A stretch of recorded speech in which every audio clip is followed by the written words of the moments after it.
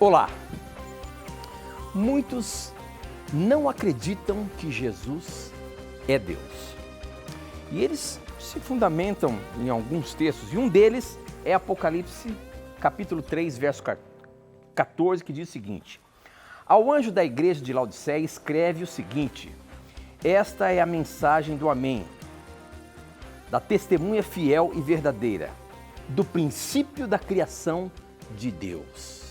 Do princípio da criação de Deus. Se a Bíblia está dizendo aqui, falando de Jesus, que ele é o princípio da criação de Deus, então, muitos que não acreditam na divindade de Cristo, quando olham esse texto, estão certos. É isso? Esta e muitas outras questões você vai acompanhar agora, pois está no ar, na mira da verdade.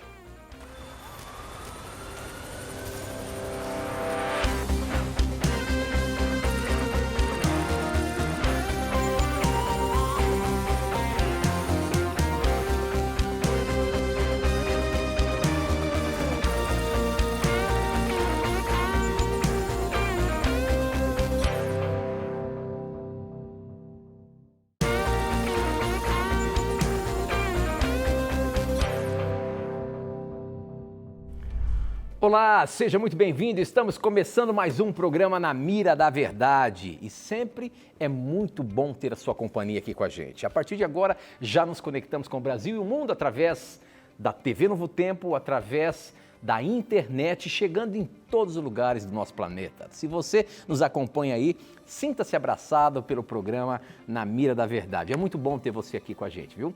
Você já sabe, o programa Na Mira da Verdade é um programa de perguntas e respostas bíblicas ao vivo, e quem está na mira para colocar a sua dúvida, para responder a sua dúvida, é ele, hein? Professor Leandro Quadros. E aí, professor, tudo bem? Tudo bem, Tito. Que bom que estamos em mais um programa, Tito e eu, com você, amigo telespectador. Obrigado por sua confiança no trabalho do Na Mira da Verdade, na Novo Tempo. Esperamos mais uma vez ajudar você no estudo da Bíblia. Hoje estaremos aqui começando a responder uma pergunta muito importante que o Tito fez sobre Apocalipse 3,14, que nos pergunta que com certa frequência nos é enviada, e esperamos que a sua pergunta seja escolhida hoje, para vermos o que a Bíblia tem a dizer sobre a sua questão. Envie suas perguntas e, mais uma vez, obrigado pela sua confiança.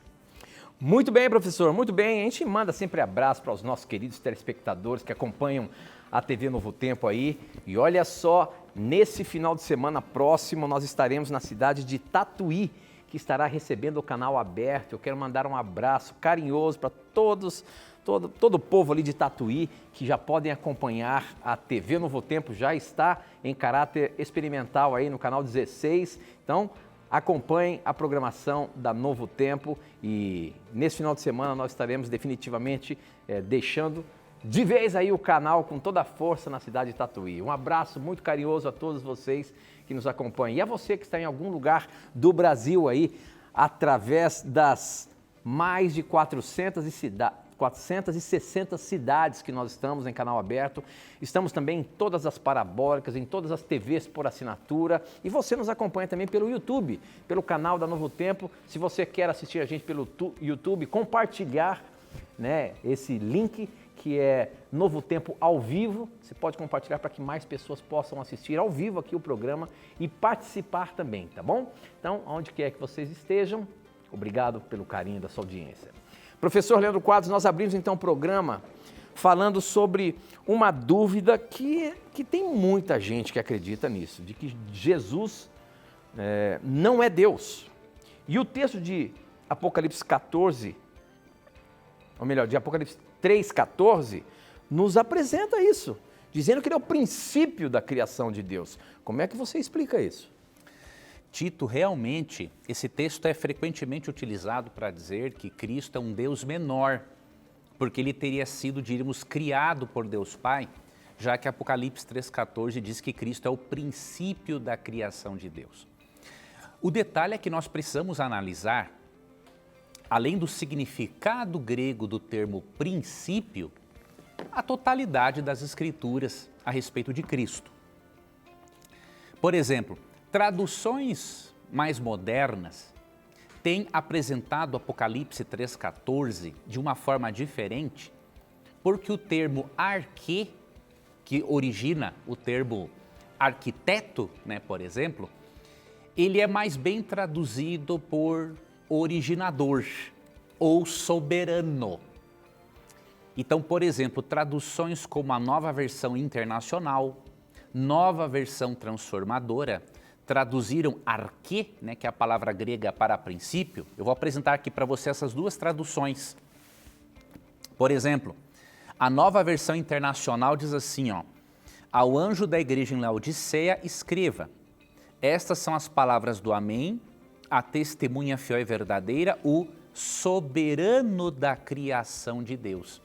Então, a Nova Versão Internacional traduziu a palavra arquê, que na Almeida atualizada está por princípio, traduziu por soberano, porque é um termo mais condizente com aquilo que o texto bíblico realmente quer transmitir. Não quer transmitir a ideia de que Cristo foi criado, mas de que ele é o arquê, o arquiteto, o soberano da criação de Deus. Isso está mais em harmonia com, por exemplo, Hebreus 1:1-3. Ali é dito que por meio de Cristo, Deus fez todo o universo. Essa verdade se encontra também em João 1:1-3, onde é dito que tudo foi criado por meio dele, diz ali o versículo 3. Além disso, Isaías 9, verso 6, chama Cristo de Deus forte e Pai da eternidade. Alguém chamado de Pai da eternidade não pode ter um começo. Não pode ser princípio no sentido de começo, porque senão ele não é Pai da eternidade. Mas ele é o princípio no sentido de ser o originador, o soberano da criação. E uma outra tradução, que é a Nova Versão Transformadora, diz o seguinte: a testemunha fiel e verdadeira, a origem da criação de Deus. Então, traduzir o texto por soberano da criação de Deus ou a origem da criação de Deus expressa melhor o sentido que o texto pretende nos passar a respeito de Jesus Cristo, considerando, obviamente, a totalidade das Escrituras, que ensinam de forma inequívoca que Cristo é o primeiro e o último em Apocalipse 1:17, assim como Yahweh é o primeiro e o último em Isaías capítulo 44, verso 6. Então, Apocalipse 3,14, de forma alguma, nega a plena, absoluta, a divindade de Cristo. Então, eu sugiro para você se aprofundar mais nesse texto e outros textos difíceis sobre Jesus. O que eu vou sugerir para você? O presente que a Novo Tempo tem enviado para os nossos alunos, a nossa nova revista Na Mira da Verdade. Nessa revista, nós escolhemos alguns dos principais textos difíceis acerca de 9 doutrinas, tá? E uma delas é a doutrina da pessoa de Cristo. Então, por exemplo, sobre Cristo, você vai estudar Apocalipse 3,14, que fala que ele é o princípio da criação de Deus. Você vai entender que existem textos que tratam do Cristo divino, igual ao Pai em essência, e dos textos que tratam do Cristo divino humano, que mostram ele numa subordinação apenas funcional. Então você vai entender isso nessa lição. Além disso, você vai entender Colossenses 1,15, onde é dito que Cristo é o primogênito da criação. Então você vai entender esses e outros assuntos se você pedir a sua revista. Então o que você faz? Liga agora mesmo para a nossa equipe. Temos uma equipe aqui à sua disposição. Você vai ligar para 0 operadora 12 2127 3121, fazer o seu cadastro e receber a revista Na Mira da Verdade de presente. Para você estudar estes e outros textos difíceis, para que você tenha uma compreensão ainda mais ampla da Palavra de Deus e se aproxime ainda mais do coração do Criador ao entender tudo aquilo que Ele revela na sua Palavra. Muito bem, você viu aí que você pode solicitar a sua revista, né? Não perca tempo não, aproveite agora aí. Ligue pra gente, 0 operadora 12, o número está aparecendo na sua tela, 2127 3121. Nós temos uma equipe grande para fazer coletar os seus dados postais para que ela chegue direitinho para você. Não perca tempo, tá? Peça agora mesmo e você vai aprender esse e muitos outros textos difíceis que o professor Leandro Quadros está colocando nessa revista e que vai te ajudar, como ajuda a gente também a aprender mais do livro sagrado. Tá bom? Peça agora mesmo. Tem muitas pessoas que acabam escrevendo aqui no WhatsApp para a gente que não está conseguindo o atendimento. Você pode também usar o nosso WhatsApp. O nosso número do WhatsApp para você solicitar o guia de estudo é o 12 98244 4449. Anota aí, ó, aproveita que ele está aparecendo, vai ficar aparecendo aí um pouquinho para você. Anota, escreve, pede lá no WhatsApp, fala, eu queria a revista Na Mira da Verdade. E eles vão entrar em contato contigo para poder mandar, tá bom? Professor Leandro, como você disse aí, esse tema, ele já começou a trazer dúvidas aqui para o pessoal. Por exemplo, a Ana Maria, ela perguntou o seguinte, ela está mandando a sua pergunta pelo Instagram. Sempre ali no Instagram, antes de começar o programa, eu coloco um videozinho para que você possa fazer as suas perguntas, tá bom? Se você gosta aí dessa plataforma, acesse ali o Instagram, o último post Na Mira da Verdade, e você pode mandar a sua pergunta. E eu peço para você compartilhar para que mais pessoas possam ter a chance de aprender da Bíblia aqui com a gente. Porque você sabe, a plataforma, ela não manda para todo mundo. Nós temos aí mais de 40 mil pessoas inscritas aqui e não manda para todos. Então você pode compartilhar e a gente, de uma forma orgânica, pode fazer com que mais pessoas aprendam da Bíblia. E se você não se inscreveu ainda, aproveite, se inscreva aí no Instagram para que você possa ficar ligadão ou ligadona em tudo que acontece aqui no programa, e todos os programas você já tem a chance de antecipar as suas perguntas, tá bom? A Ana Maria perguntou o seguinte: boa noite, professor Leandro, eu sou adventista e eu gostaria de saber se a pessoa que não acredita em Jesus irá se salvar. Muitos não acreditam que ele é Deus, mas a gente amplia a questão. Quem não sequer acredita em Jesus Cristo, ele poderá ter salvação, professor? Uma vez que a salvação é em Cristo Jesus, como é que é? Realmente, este é um assunto bem amplo, né, para se tratar e importante. Em primeiro lugar, não existe caminho de salvação fora realmente de Jesus Cristo. Tá? O que ele mesmo diz? Vamos ler aqui João 14,6, mas eu vou oferecer uma explicação maior para não chegar-se à conclusão indevida de que, por exemplo, quem nunca ouviu falar sobre Cristo não pode se beneficiar dos méritos de Cristo. Esse é um outro extremo que devemos evitar. João 14,6, Jesus diz assim: respondeu-lhe Jesus, eu sou o caminho, a verdade e a vida, ninguém vem ao Pai senão por mim. Então, Cristo ele é muito claro, Cristo de uma forma muito visível é contra o pluralismo religioso. Não é contra a pluralidade, ok? Cada pessoa tem que ter a sua consciência, a sua liberdade religiosa como sagrados, respeitados. Agora, o fato de Cristo não ser contra a consciência de ninguém não significa que ele concorde com a ideia pluralista, por exemplo, de que todos os caminhos conduzem a Deus. Não, para ele todos os caminhos não conduzem a Deus. Ele diz claramente, eu, Jesus, sou o caminho, a verdade e a vida, ninguém vem ao Pai senão por mim. Então ele é claro em relação a isso. Para Cristo existem dois caminhos, a porta estreita, que conduz à salvação, e a porta, o caminho largo, que conduz à perdição. Leia Mateus capítulo 7, versos 13 e 14. Ao mesmo tempo, o fato de existir salvação apenas por meio de Cristo demonstra, obviamente, que quem tem a oportunidade de crer em Cristo e o rejeita, essa pessoa perderá a salvação, sem sombra de dúvidas. De acordo com Romanos 5,9, entre outros textos, a humanidade está sobre a ira de Deus, por sermos pecadores. Só podemos ser salvos da ira, de acordo ali com Romanos 5, 8 a 10, por meio da justiça de Cristo que é transferida a nós.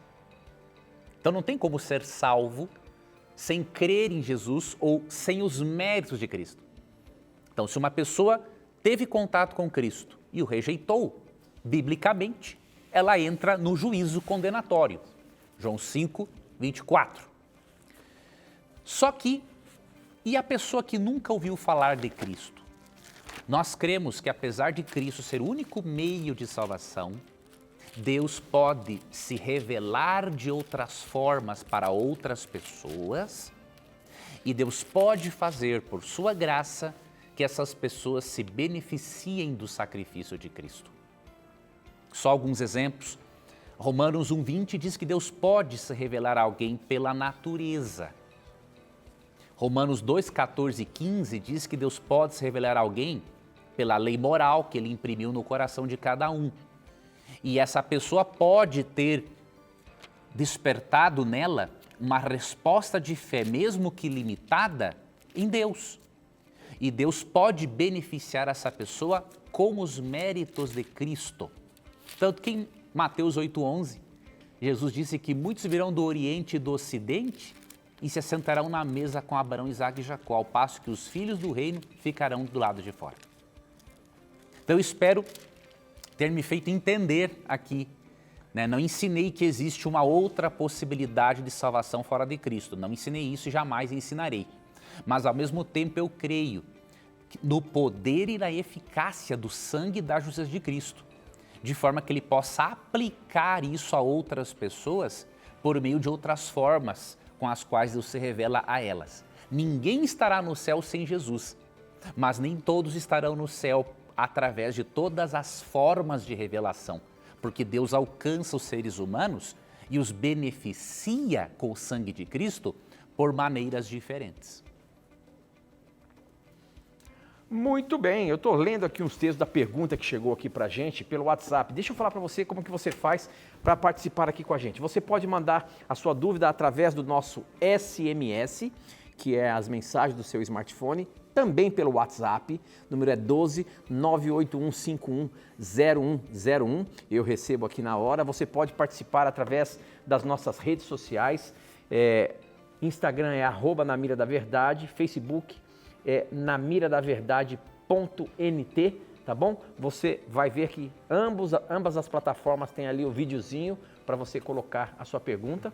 E essa pergunta aqui é pelo WhatsApp que chegou. Nós temos ainda 2 minutinhos. Professora, a pergunta é a seguinte. Eu sou telespectador da TV Novo Tempo há mais de 15 anos. Olha só, obrigado pelo carinho da sua audiência, meu irmão, e por estar aqui com a gente há tanto tempo. A minha pergunta é capciosa, então já conhece aí os termos, né?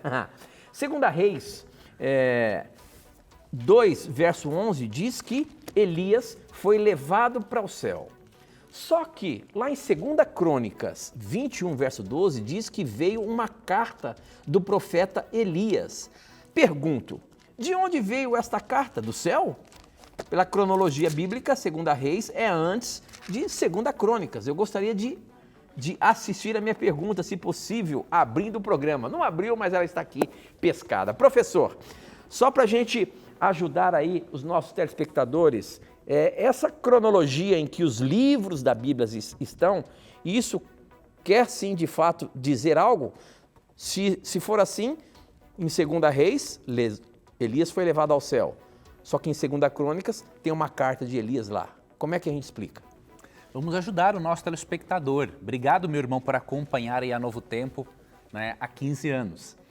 Veja, meu irmão, realmente aqui nas nossas Bíblias, né, primeiro e segundo Reis, vem antes de primeiro e segundo Crônicas. Porém, certos acontecimentos, eles não estão realmente numa ordem cronológica, tá? Se você pegar, por exemplo, tem uma Bíblia, a Bíblia em ordem cronológica, eu não a tenho aqui agora, ela era eu me recordo na época, era na Nova Versão Internacional. Esta Bíblia é bem interessante, ela apresenta os acontecimentos numa ordem cronológica. E aí, se você tem, por exemplo, um acesso a essa Bíblia, o que mostra ali claramente? Que esta carta enviada a Jeorão realmente foi enviada antes dele ir para o céu. A Bíblia, ela procura sim apresentar os eventos numa ordem cronológica, mas em certos aspectos históricos, muitas vezes o autor, diríamos, abre um parênteses para colocar uma informação a mais para depois continuar a sequência do seu relato. Então, realmente, do céu, de onde ele está agora, ele foi glorificado, não teria como ele enviar esta carta. Então, esta carta foi enviada antes de ele ser arrebatado ao céu. Então, nas nossas Bíblias, óbvio, isso não fica muito claro, tem que ter uma Bíblia especializada, como a Bíblia em ordem cronológica, para mostrar para você até datas aproximadas do evento.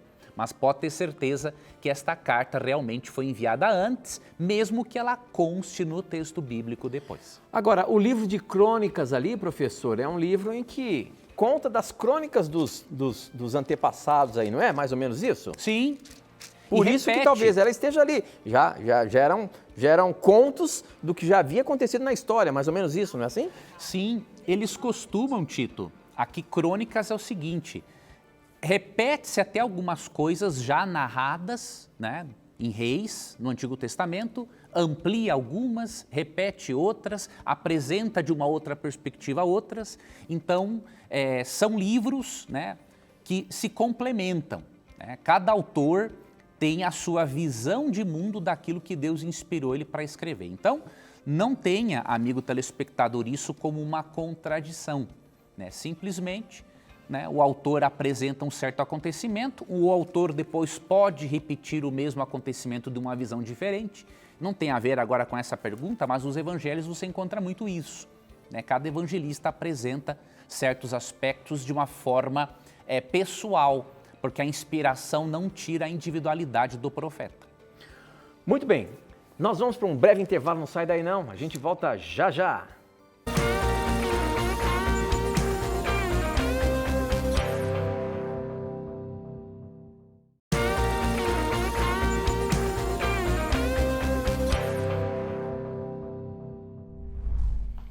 Já estamos de volta e eu já começo esse bloco falando de trazendo uma notícia que para mim traz muitas alegrias. Eu morei 13 anos no Rio de Janeiro e a notícia que eu quero apresentar para você é que muito em breve estaremos inaugurando a Rádio FM no Rio de Janeiro. Essa é uma grande conquista para Novo Tempo. São mais de 13 milhões de pessoas que poderão ser alcançadas pela programação da Rádio Novo Tempo. E nós estamos felizes aqui, mas com a nossa felicidade, com certeza, vem uma grande responsabilidade. Você já pensou a quantidade de pessoas que serão impactadas com essa programação? E essas pessoas terão a chance de nos pedir os mais diversos guias de estudos que nós apresentamos aqui na Novo Tempo? Agora imagina, como que a gente vai fazer para mandar esses guias de estudos gratuitos? É por isso que, através do projeto Anjos da Esperança, a gente faz um apelo a você a se unir a nós, para que a gente possa alcançar esses milhões de pessoas que estarão recebendo esse sonho que é para muita gente, ter uma emissora de rádio da Novo Tempo nessa grande capital, nessa capital tão querida que é o Rio de Janeiro. E não só isso, nós temos que manter essa emissora no ar. E nós precisamos da sua ajuda como Anjo da Esperança. Você que conhece o projeto Anjo da Esperança, ou se você que acompanha o programa Na Mira da Verdade ainda não conhece o projeto Anjo da Esperança, é o projeto pela qual você que se sente abençoado pela programação da Novo Tempo, você pode contribuir da maneira como você quiser, financeiramente, para que a gente continue fazendo esse trabalho de levar esperança a milhões de pessoas. Portanto, seja um Anjo da Esperança, acesse os nossos contatos aqui, 21 27 30 30, para que você possa se cadastrar e ser um Anjo da Esperança, tá bom? Seja também você um Anjo da Esperança. Eu sou um Anjo da Esperança. Trabalho aqui, mas tenho o prazer de contribuir, porque eu sei o resultado dessa grande missão da Novo Tempo. Se você quer saber mais para ser um Anjo da Esperança e como você fazer a sua doação, liga para a gente agora, 0 Operadora 12 21 27 30 30. Tem um Pix que, se você quiser já fazer a sua doação, você pode fazer usando a nossa chave, que é o nosso e-mail, anjos@novotempo.com, tá bom? Seja você também um Anjo da Esperança e nos ajude a espalhar essa esperança para milhões de pessoas agora no Rio de Janeiro. Muito bem, nós temos aí as perguntas que não param de chegar através do nosso WhatsApp aqui, que está o pessoal mandando, e não só, hein? Facebook, Instagram, obrigado pela sua participação e fazendo você o programa acontecer. Olha só a pergunta do Valderi Freitas. A pergunta dele é a seguinte, professor. O santuário celestial já existia no céu antes do pecado de Adão e Eva? Olha aí, essa pergunta. Primeiro eu quero que você explique, que história é essa de santuário celestial? Né? A Bíblia fala alguma coisa de santuário celestial? E se fala, a pergunta dele é o seguinte, isso já existia antes, vamos dizer aqui, da criação do mundo, né? Da criação de Adão e Eva, por exemplo? Veja, a doutrina do santuário, amigo telespectador, é uma doutrina muito ampla, bonita e que se encontra tanto no Antigo quanto no Novo Testamento. Em resumo, do resumo infinito, a Bíblia ensina que Deus habita num lugar chamado Santuário Celestial e que para Deus ensinar ao povo de Israel lições sobre o plano de salvação e sobre o conflito cósmico entre o bem e o mal, Deus pediu para Moisés construir um santuário terrestre, de acordo com um modelo que foi mostrado para ele em visão. Então, o que isso significa? Que se foi feito segundo o modelo, existiu sempre um original, não é? Então, por exemplo, Êxodo 25, 8 e 9.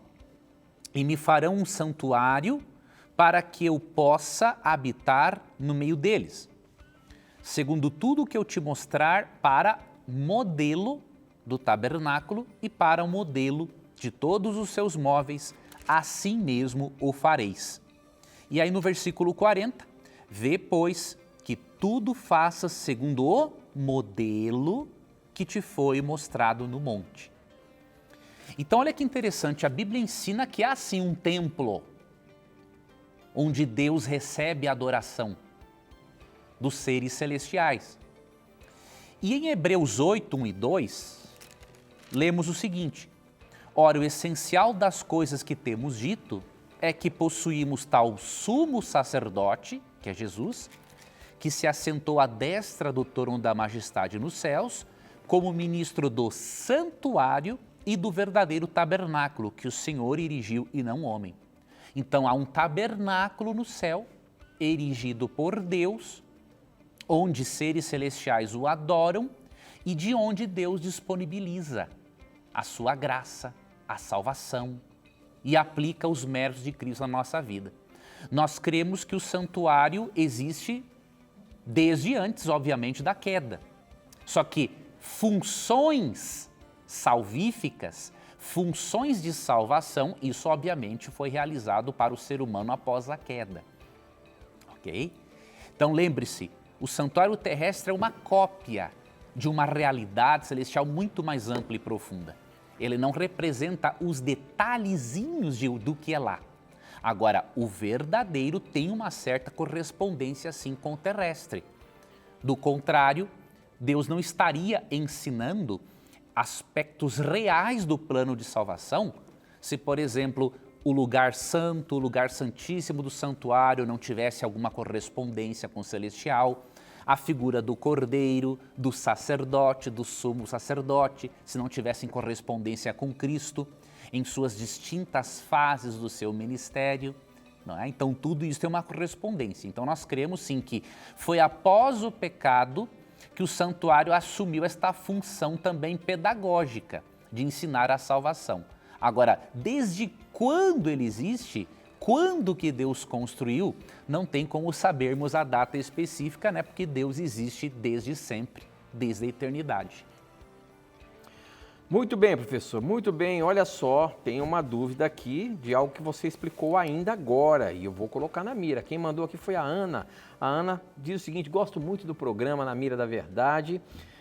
Fiquei confusa com a resposta do professor Leandro sobre a natureza e outras formas de salvação. Será que pode voltar ao tema? Tá bom, estamos voltando aqui. Eu não entendi. Deus usa outra forma de salvação?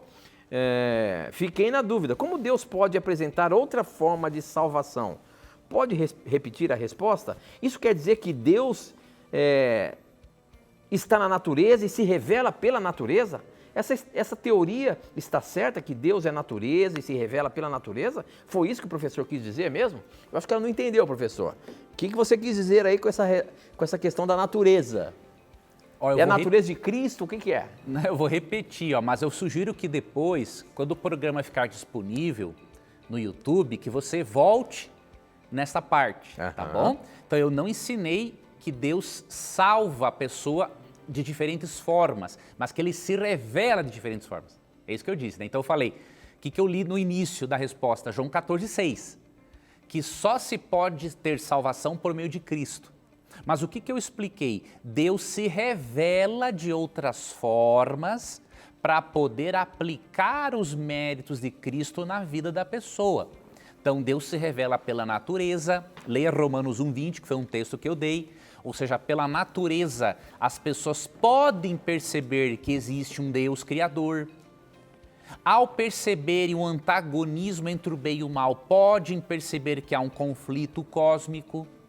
Podem sentir a necessidade de algo melhor e de um Salvador. Então são várias coisas que Deus revela na natureza. E falei também da lei moral em Romanos 2, 14 e 15. Então eu falei, Deus tem só um meio de salvação que é Cristo, mas diferentes formas de revelar-se ao ser humano para que ele seja salvo por meio de Cristo. Então, em resumo, foi isso que eu disse. Então eu recomendo, quando o programa ficar disponível no YouTube, volta lá no início para você pegar toda a explicação. Muito bem, mas eu estou aqui para defender você. Então mande a sua dúvida aqui que nós vamos tentar ver o que o professor quer dizer. Vamos colocar ele na mira da verdade, ele tem que responder, tá bom? Participe aí, mande suas dúvidas para a gente. Como, por exemplo, essa do Isaac Santo. Eu vou colocar do jeito que ele escreveu aqui. Nós vamos tentar ajudá-lo aqui, professor. A pergunta do Isaac é o seguinte. Por que Deus parece silencioso mesmo diante da minha insistente busca por Ele? Sei que luto contra a depressão e talvez isso influencia a minha percepção, mas ao mesmo tempo sinto de alguma forma seu cuidado. Ainda assim, enfrento dúvidas sobre a sua existência. Como que eu posso lidar com essa incerteza e fortalecer a minha fé? A Bíblia pode me ajudar?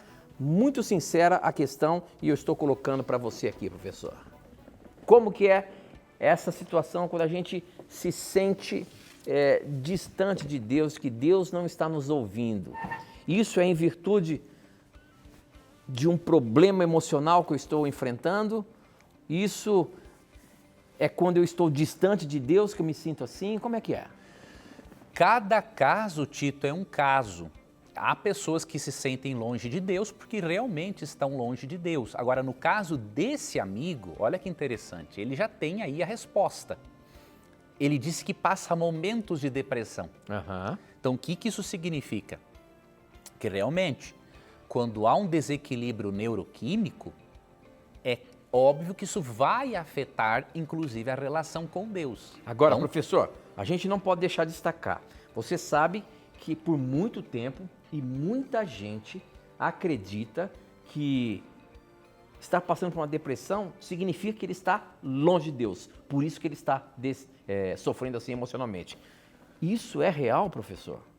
Infelizmente, Tito, essa crença ignorante predominou muito tempo no meio religioso, mas graças a Deus, com as pessoas assim aperfeiçoando a forma de estudar a Bíblia, conhecendo mais sobre aquilo que a boa ciência diz, as pessoas têm percebido que o texto bíblico ensina, né, que o ser humano é um ser integral.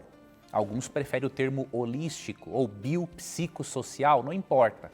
O que importa é o seguinte, não tem como ter saúde plena se um dos aspectos do ser não se encontra bem.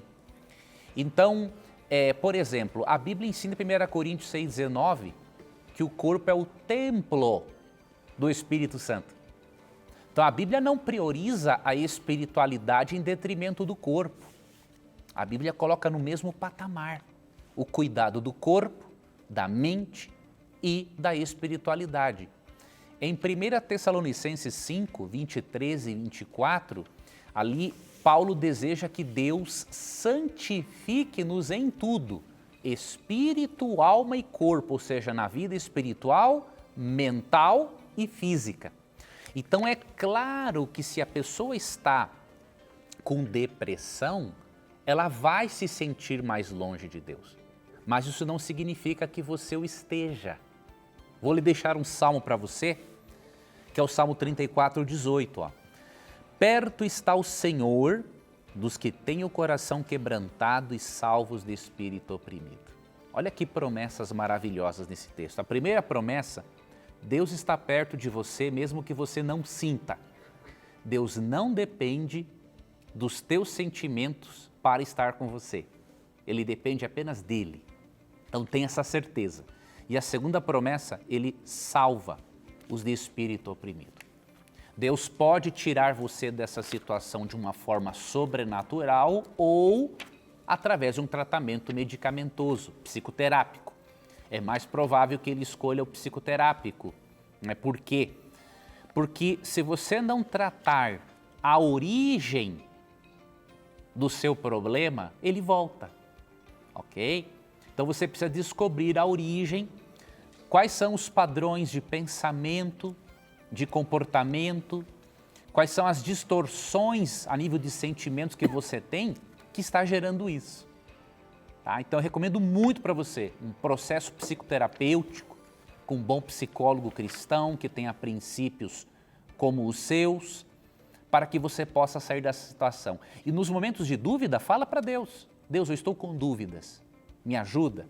E Deus vai guiar você na leitura da Bíblia, na leitura de um bom livro, para que você possa fortalecer a fé. Mas não faça isso apenas dessa forma. Se você está tendo recaídas, isso indica que você precisa fazer a terapia ou que o seu tratamento medicamentoso precisa de um ajuste. Então, cuide de todo o seu ser e não dê margem para esses comentários de pessoas insensíveis que não sabem o que estão dizendo, que acham que todo problema que uma pessoa tem é de ordem espiritual. Curioso, né? Eles não dizem que há problema em tomar, por exemplo, um medicamento para pressão alta, né? Não há problema para tomar um medicamento para diminuir o triglicérides, mas daí para uma questão emocional há problema? Não tem lógica isso. As pessoas têm uma crença pagã que separa a mente ou a alma do corpo. Muito bem, professor, mas eu queria aproveitar então nesse tema que nós colocamos aqui e oferecer também mais um guia de estudo aí para você, tá bom? É esse aqui, ó, Deus me ouve. Você também pode ter esse guia de estudo aí na sua casa de forma gratuita. E esse guia de estudo aqui foi escrito até pelo pastor Leidivan, e é um guia de estudo muito interessante relacionado à oração. E tem várias formas de você orar a Deus. Olha aqui, ó, a segunda lição, por exemplo, fala: Deus sempre me ouve? O que a Bíblia fala sobre isso? Onde está o poder da oração? Oração e perseverança, oração e a vontade de Deus para a minha vida, oração e dependência de Deus. Tem várias formas, você pode também ter esse guia de estudo para você saber como que você pode estar em comunhão com Deus através da oração e se fortalecer nesses momentos difíceis da vida, tá bom? Peça agora mesmo, é só ligando para a gente, 0 operadora 12 21 27 3121, e você pode pedir a revista, o guia de estudo, Revista Esperança, Deus me ouve. Nós temos que ir para o intervalo, aproveite o intervalo, liga para a gente, não sai daí não, a gente volta já já.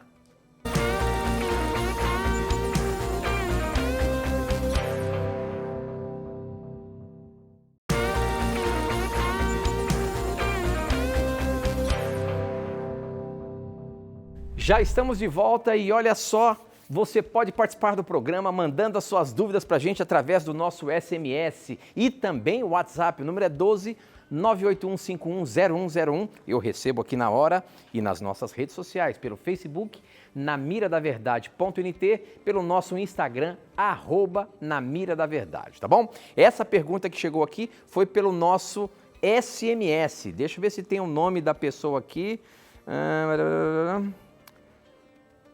Não fala o nome aqui, mas ele diz o seguinte: olá Tito e professor, assistimos pela Parabólica Caú, ou seja, é a nova parabólica aí, viu gente?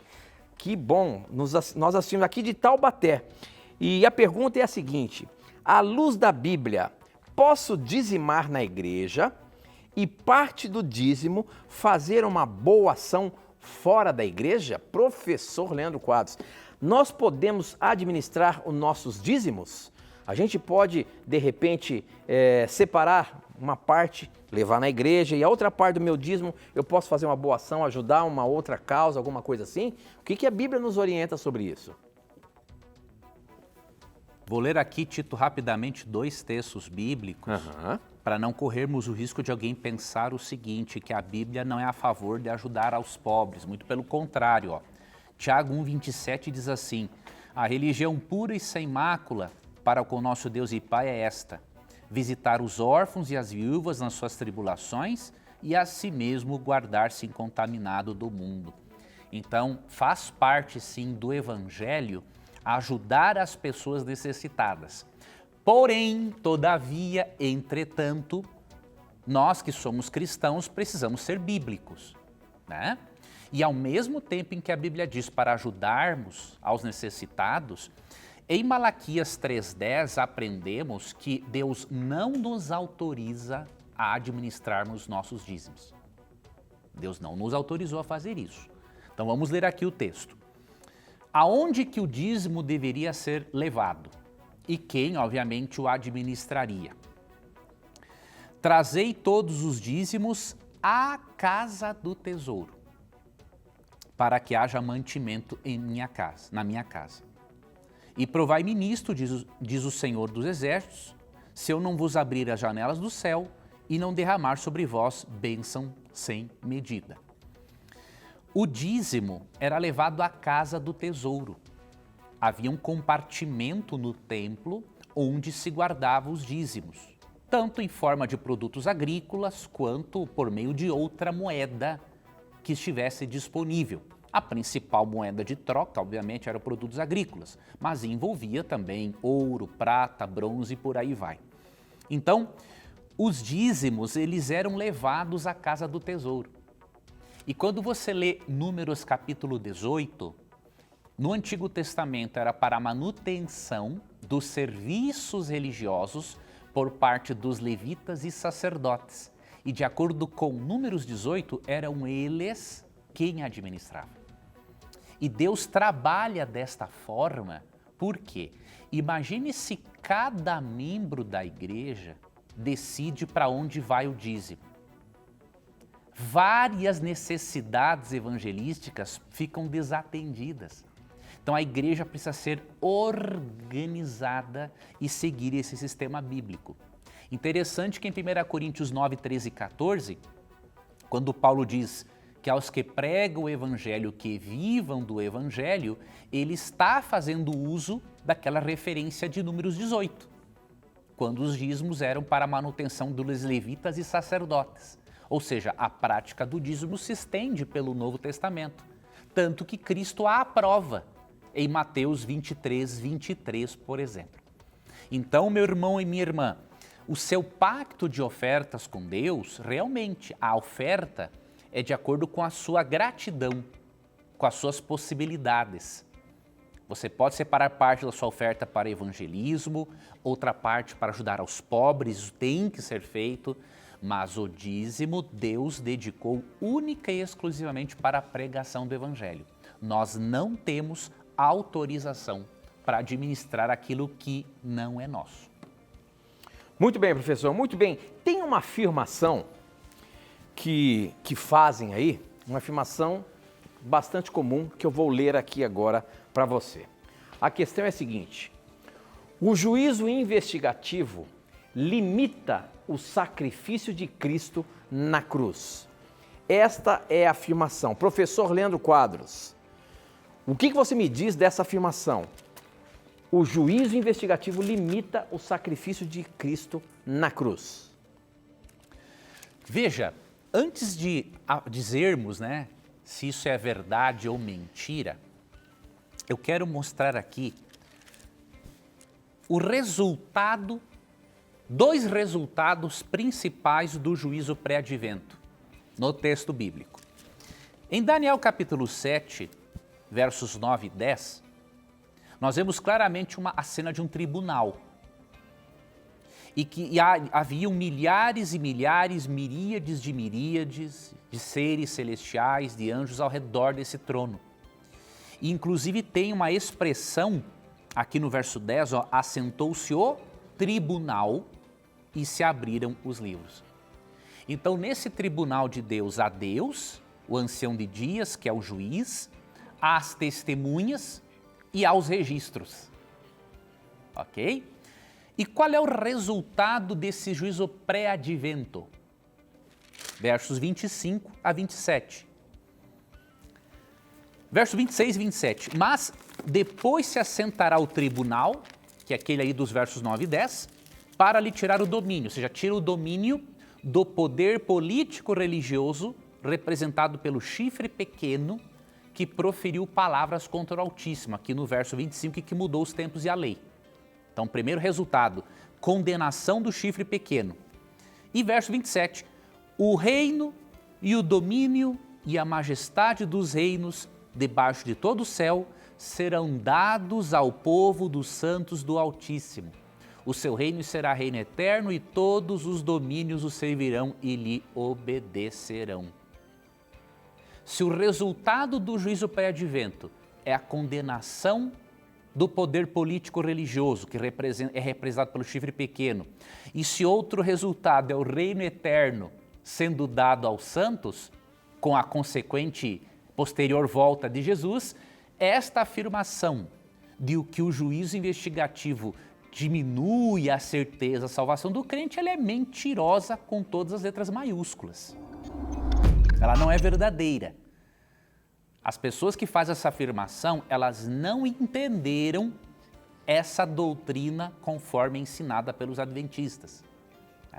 Eles também não entenderam a diferença entre expiação provida e expiação aplicada ao longo da nossa vida. Cristo proveu toda a expiação para nós na cruz. Ela não foi incompleta. O que a doutrina do juízo pré-advento ensina é que Cristo continua aplicando os méritos da sua graça em nossas vidas. Isso em nada tira a certeza da salvação do crente. Até porque o resultado do juízo pré-advento é dar o reino eterno aos santos e condenar o chifre pequeno. Então, como é que eu vou ter dúvidas da minha salvação por causa da doutrina do juízo pré-advento ou juízo investigativo? Então, eu garanto para você, amigo telespectador, quem faça a afirmação não entendeu o assunto, está analisando o assunto da perspectiva pessoal dele, ele não leu ainda uma obra sobre o tema para tirar as conclusões corretas. Ok, muito bem, professor, muito bem. Tem mais uma pergunta aqui, que essa chegou pelo nosso Instagram. Quem mandou foi o Alcides Rezende, ele é lá de Tampa, na Flórida, acompanhando o nosso programa aqui. Um abraço a você, Alcides, e a todos os nossos brasileiros que vivem aí nos Estados Unidos, que têm a chance também de acompanhar a gente aqui através do YouTube. Olha só a pergunta do Alcides. Quem seriam os 4 seres viventes que João fala lá em Apocalipse? Penso que sei pelo menos 3. Enoque, Elias e Moisés. Mas quem seria o 4º? Bom, primeira pergunta, vamos falar. Será que esses 4 seres viventes que João fala em Apocalipse, 3 deles são esses que ele citou aqui? Ou esses 4 seres viventes são outros seres que a Bíblia não revela? Como é que é? Veja, meu irmão, aqui, eu vou pegar aqui o texto, o capítulo original, de onde o apóstolo João extraiu parte desta visão, né? Deus deu esta visão para ele, mas tem a ver com a linguagem também simbólica de Ezequiel. Tenha em mente uma coisa, boa parte da linguagem simbólica usada no Apocalipse, o apóstolo João, Deus revelou ao apóstolo João uma linguagem que foi usada nos livros de Daniel e de Ezequiel. Quando você vê esses 4 seres viventes ali mencionados no livro do Apocalipse, capítulo 4, capítulo 5, eles se referem aos seres viventes mencionados aqui em Ezequiel capítulo 1. Que seres são esses? Eles não são identificados com seres humanos glorificados. Eles são identificados como querubins, como anjos, tá? Agora, se você tiver em mente os 24 anciãos mencionados também no Apocalipse, aí sim, acredita-se que são representantes humanos. Alguns acreditam assim, outros creem que são seres celestiais, mas muitos acreditam que são representantes humanos que foram redimidos da terra, né? E que estão lá no céu. Então não existe um consenso entre os estudiosos a respeito. Agora, esses seres viventes, ali que você vê que são figuras angelicais, é melhor você identificá-los realmente com querubins, que aparecem aqui em Ezequiel capítulo 1. Esses querubins, eles aparecem com formatos de rostos diferentes para expressar verdades que eram conhecidas, símbolos que eram conhecidos nos dias de Israel. Nós não temos informações com as quais possamos bater o martelo dizendo o seguinte, ó, cada rosto de cada querubim visto em visão em Ezequiel 1 significa isso. Não, existem aplicações homiléticas, mas uma resposta certa e precisa não, porque há aqui uma distância muito grande entre nós e o momento em que esse livro foi escrito. Então, parte dessa simbologia da visão do capítulo 1 foi preservada lá naqueles dias. Agora, o que nós podemos identificar, sim, seres angelicais, querubins. Agora, com Moisés, Elias e Enoque, realmente não dá para fazermos essa identificação, mesmo que esses personagens se encontrem no céu. Muito bem, estou vendo aqui o nosso pessoal que está assistindo o nosso YouTube. Obrigado pela sua audiência. Ó, tem gente falando aqui que gostou do cabelo do professor, hein? Ó, tá sendo elogiado aqui pelo cabelo novo. Essa foi boa. Muito bem, tem uma pergunta que chegou pelo nosso SMS aqui. Obrigado a você que nos acompanha pelo YouTube, viu? Participe também mandando sua dúvida aqui. E eu estou vendo que está tendo uma polêmicazinha, parece que ali, mas ó, mande as suas perguntas também aqui pelo YouTube. Nós temos ainda 2 minutinhos, acho que você consegue responder essa, professor. Me chamo Célia e a minha pergunta é o seguinte, por que Deus não destruiu Satanás no dilúvio? Foi uma chance que Deus teve de destruir Satanás? Como é que é? Veja, Deus, amigo telespectador, ele poderia destruir Satanás quando ele quisesse, mas não seria responsável. Seria uma irresponsabilidade muito grande Deus destruir Satanás fora do devido tempo. Você imagine uma coisa. Vou te dar aqui um exemplo. Imagine uma pessoa na qual você confia muito. Você ama muito essa pessoa. E você conhece-a. Imagine duas pessoas que você ama muito e conhece-as profundamente. Vou dar um exemplo, seu pai e sua mãe. Você é muito amigo do seu pai e da sua mãe, você os conhece profundamente. Digamos que um dia, um deles diga assim para você, olha, o teu pai ou a tua mãe não é quem você pensa que é, ele é isso, pá. Seria fácil para você lidar com essa informação? As duas pessoas, caráter ilibado, de confiança. Agora você imagine, chega um momento no universo em que um ser perfeito acusa a Deus. Deus precisava demonstrar com o tempo quem Deus realmente era. Se Deus destruísse Satanás, sabe o que ia acontecer? Os anjos poderiam entender que Satanás tinha alguma razão para Deus esconder alguma coisa tirando a vida dele. Então Deus lida com o conflito cósmico de uma forma inteligente para ajudar as suas criaturas inteligentes.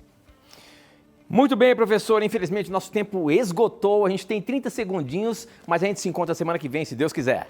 Um abraço, Tito, Deus te abençoe, Deus abençoe a você, amigo telespectador, e lembre-se que sempre que você tiver a coragem de perguntar, só a Bíblia terá coragem de lhe responder.